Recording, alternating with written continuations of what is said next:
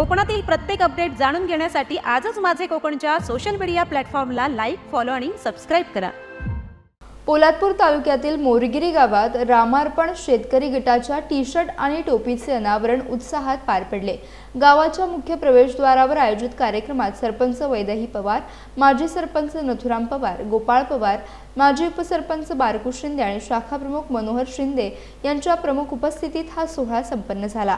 यावेळी पाणी फाउंडेशन, उमेद आणि कृषी विभागाच्या माध्यमातून आयोजित फार्मर कप स्पर्धेअंतर्गत सेंद्रिय शेतीला प्रोत्साहन देत नाचणी, भात आणि वेलवर्गीय भाजीपाला पिकांच्या पेरणीपूर्व मशागतीला सुरुवात करण्यात आली।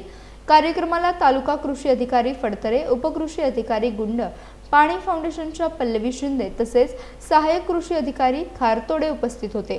पुढील काळात विषमुक्त आणि सेंद्रिय शेतीच्या माध्यमातून सकस धान्य उत्पादन करण्याचा संकल्प शेतकऱ्यांनी व्यक्त केला।